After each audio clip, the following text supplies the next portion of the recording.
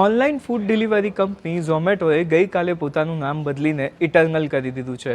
પરંતુ શું તમે જાણો છો કે આ બદલાવ પાછળનું મુખ્ય કારણ શું છે? આ બદલાવ પાછળનું મુખ્ય કારણ છે કંપનીની પોતાની જ બ્રાન્ડ બ્લિંકિટ. બ્લિંકિટ જે છે તે હવે કંપનીના રેવન્યુમાં ખૂબ જ મોટો ભાગ ભજવે છે અને તેથી જ કંપનીના ગ્રુપ સીઈઓ દીપિંદર ગોયલ માને છે કે બદલાવનો સમય આવી ગયો છે.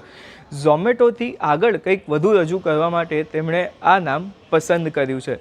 કંપનીના ગ્રુપ સીઈઓ દીપિંદર ગોયલે એક્સચેન્જ ફાઇલિંગમાં જણાવ્યું છે કે ઇટર્નલ એ એક મિશન સ્ટેટમેન્ટ છે. ઇટર્નલ ઝોમેટોના ભાવિ વિકાસનું પ્રતિનિધિત્વ કરે છે.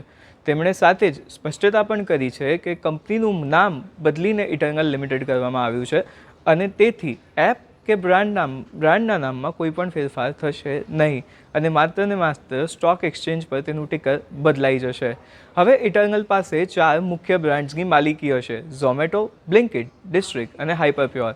આ બદલાવ વિશે તમારું શું કહેવું છે? અમને નીચે કોમેન્ટ સેક્શનમાં જરૂર જણાવો.